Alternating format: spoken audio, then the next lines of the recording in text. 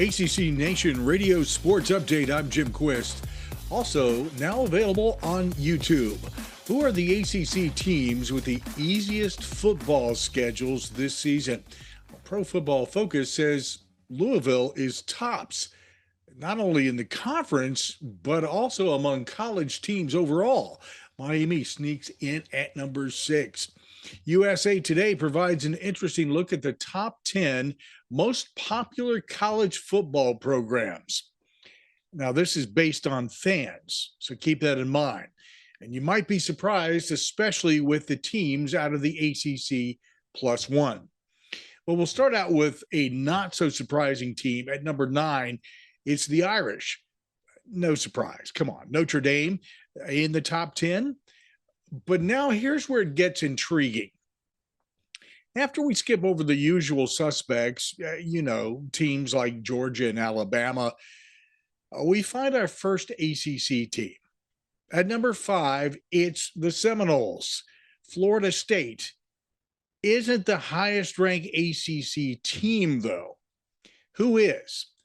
One guess, but I'm going to tell you right now before you even open your mouth, you're wrong. It's Duke, according to fans. I just reported. Swimming and diving at Virginia Tech just received a verbal commitment from Emily Santos out of Florida for the 24-25 season.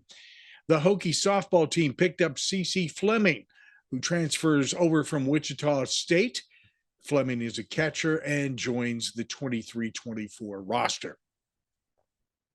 The NCAA has created a 32-team postseason tournament that will be owned and funded by the NCAA.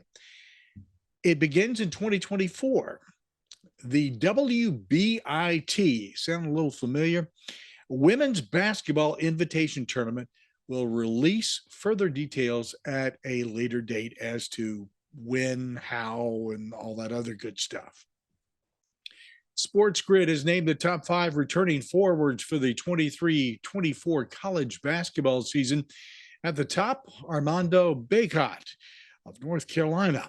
RotoWire has the Tar Heels ranked preseason at number 16.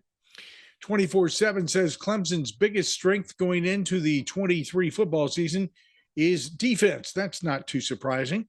And specifically at linebacker, Jeremiah Trotter Jr. and Barrett Carter are called the best linebacker duo in the country.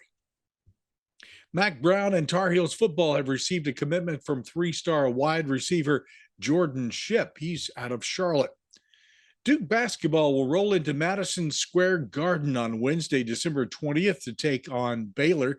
The two teams have met just once previously, and that was in the 2010 NCAA Tournament Regional. Where does Virginia football go now that Jay Woolfolk has decided on focusing on baseball? Well, stay the course with the presumed starter, Tony Muskett. First-year Anthony Colandrea out of Florida appears to be the beneficiary of Woolfolk's move, as he'll likely step into the backup role.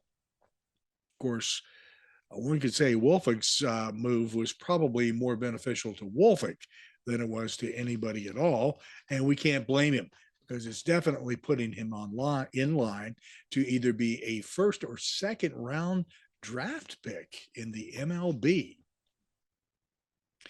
Virginia men's soccer's promoted Adam Perrin to associate head coach and Jermaine Barrell to assistant coach. Perrin has been with the program for 3 years. The East Lake Cup in Atlanta will feature multiple ACC men's and women's golf teams. Play is October 30th through November 1st, with coverage on the Golf Channel and Peacock. The men's teams include Georgia Tech, Florida State, and North Carolina. Meanwhile, on the women's side of play, Wake Forest is the sole ACC team. Georgia Tech men's golf has signed Carson Kim out of California to a granting aid to join the program.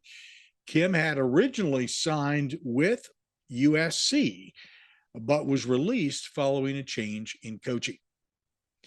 Tori Ball has been named the Deputy Athletics Director for Business Development at Syracuse. Ball was a former 'Cuse football defensive end From 2009 to 2011, he was Senior Associate Athletics Director of External Operations at Virginia. Visit ACCNation.net and follow the links to subscribe to ACC Nation on YouTube, our podcast, and of course, on streaming radio. Follow us on social media. Look for ACC Nation on Threads, Facebook, Instagram, Pinterest, Twitter, Reddit, LinkedIn, and Mastodon. That's the latest sports news from ACC Nation Radio Sports Updates.